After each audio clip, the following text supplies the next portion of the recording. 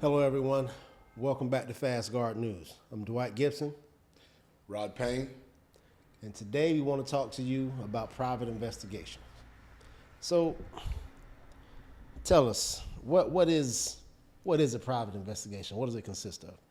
So, a private investigator is basically a person that takes private investigations.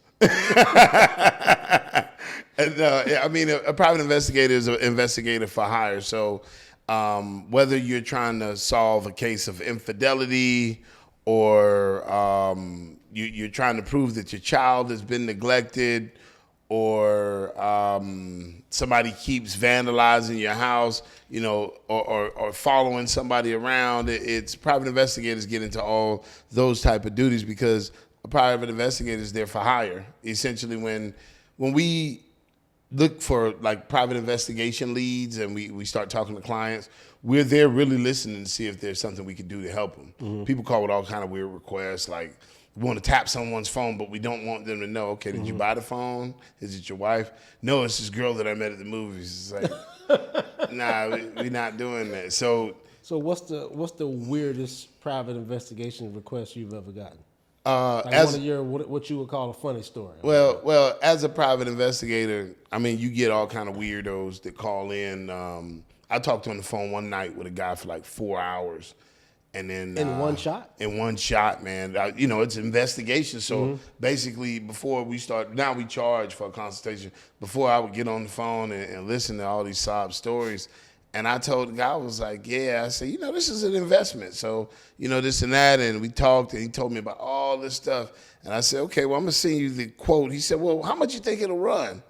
I said, I don't know, 4,000 or 5,000. He said, whoa, I don't have that much money. Thank you for your time. Bam. I said, oh, man. So, it happens. But like one of the weirdest stories I ever heard, and this was kind of like gross a little bit. Mm-hmm. But apparently a guy's wife had came home from a night out on the town, and he jumped in the sack to go have, do adult stuff with his wife, and she was under the influence a little bit. And one how or another, he found out that she had a condom still inside of her body. Mm-hmm. He gets the condom, and this is like at 5 a.m. He calls and asks to speak with an investigator. He's pissed off. And he said that, do you guys do DNA testing? I said, sure, we can help out with that. He said, this is the scenario. I got this and this. My wife came home, and I got this condom full of semen.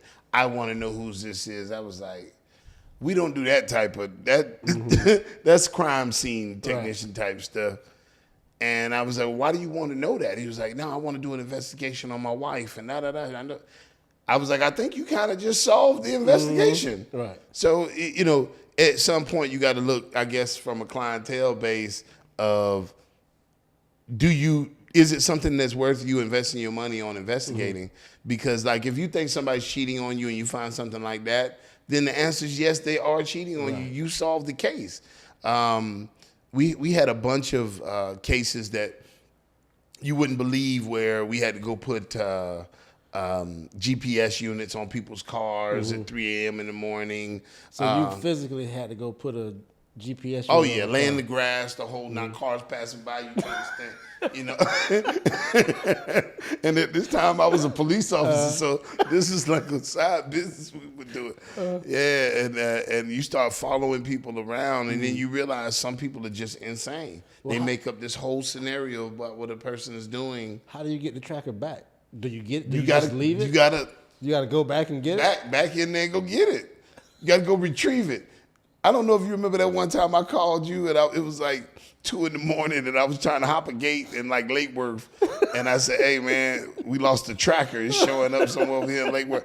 And we jumped the gate and people had like attack dogs out there. Mm-hmm. And we never found the GPS unit. Those units are like 300. The good ones are like $300. Never found the unit. So, it's a lot of different things you can cover in a private investigation. I think our number one request would be infidelity. Everybody. That's the number one request. That's the number one request. Everybody want to know if somebody's cheating, and it's like. Well, how do you know if someone is cheating? Well, okay. human beings are creatures of habit. So if you think that somebody's doing something or you think that something's going awry in your relationship, watch what this person does in a 7-day period. That's what a private investigation is going to do. If they're doing it at all, they'll do it in a week. If you work out, sometimes you'll do it in that 7-day period. Unless you're just one of those weird animals that, goes to the gym once a month and think you're going to see some type of results. But in infidelity, if they're doing it, if there's a regular part of their schedule going to do it. There was one investigation, quick story, where a lady was a stewardess. Her husband knew she was cheating but didn't know how to prove it. And we followed her. And we took a flight that we knew she was on because that was the last thing we could do. At that point we had exhausted the amount of hours that the client had paid for, and they wanted to pay more money on a straight shot. But he had an idea of us being at one airport and then having other guys wait at the other airport. And I was like, no, we'll take the flight. So we took the flight, flew with her. She's walking through, doing all her stuff. We're watching her. Nothing's going on. And then in between flights, we noticed her disappear. She went down but stayed in the terminal.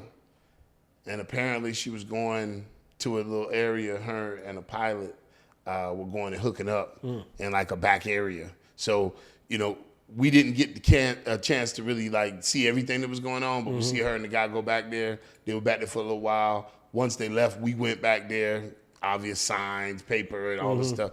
And then we in the airport. Now this is broad daylight, right? And they came out of there. She got back on the flight, so you would never catch that. This is a pilot that flies for a certain airline, and then she was working on the airline. They both get off. They go to the bathroom break, boom, and they jump back on. You'd never be able to catch it. So you got to get creative. So did you ever catch someone red-handed, or is it always from a distance? No, I see. We're not into the cheaters type stuff. I think that's very entertaining, but I think a real private investigator is going to be discreet. A lot of people want to get into they want to tell a story and then they want you to respond to that story with what you think, what's your professional opinion. Unfortunately, if you think somebody's cheating on you, you're probably right. If you don't think somebody's cheating on you, you're probably right.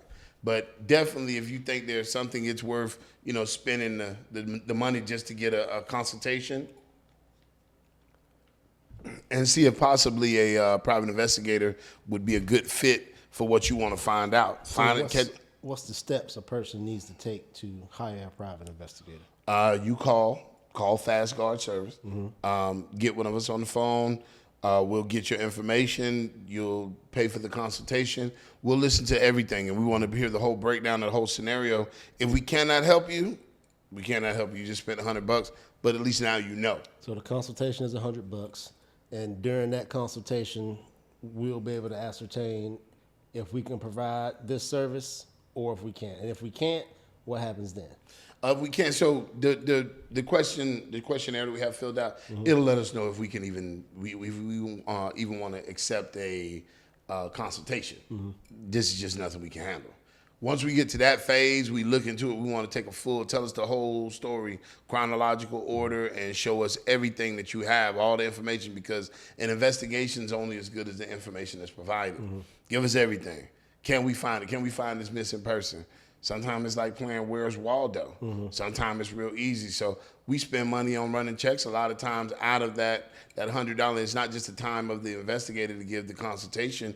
It's a precursory investigation. It's the preliminary. Let's at least run the name and see what comes up. So there's a benefit to doing it that way. But if you really want the real answers and you want to deal with a real person, or deal with somebody that has the credibility. We've been doing this quite a few years. Call Fast Guard. So what if there's someone that wants to remain, I guess I would say anonymous, but they don't want it to be made public that they're hiring a private investigator? What do we do about keeping those individuals' identity concealed? Well, we have NDAs signed with all of our clients, all of the people that we utilize as investigators. Your privacy is our first, that's very top of our list of things that we want to try to keep going for our clients. We don't want to ever put too much information out. So most people don't want to identify that they use the investigator, especially if they found something. a lot of times it comes up in like divorce cases. They want to know what the husband or what the wife could have been doing. Did they have a boyfriend? What was the motive for them to get out of this relationship? A lot of times you can prove that. You can prove somebody needs to pay somebody else. And So what happens if someone wants to hire an investigator and what they're asking may be on the line of illegal or even crossing the line of being legal?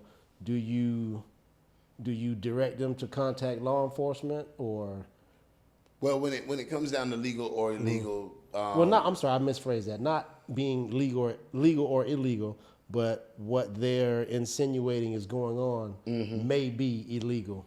Do we get involved, or do we direct them to contact law we enforcement? direct them to dial 911. Not only do we direct them, we kind of tell them how to say it, because maybe they called us and told us a 30-minute story, which is something that if you get on the phone with the police, 911 dispatcher, you're gonna lose them. Right. Just say this. Say, we'll help them out with what they need to report. But 100% we send them to law enforcement. All right.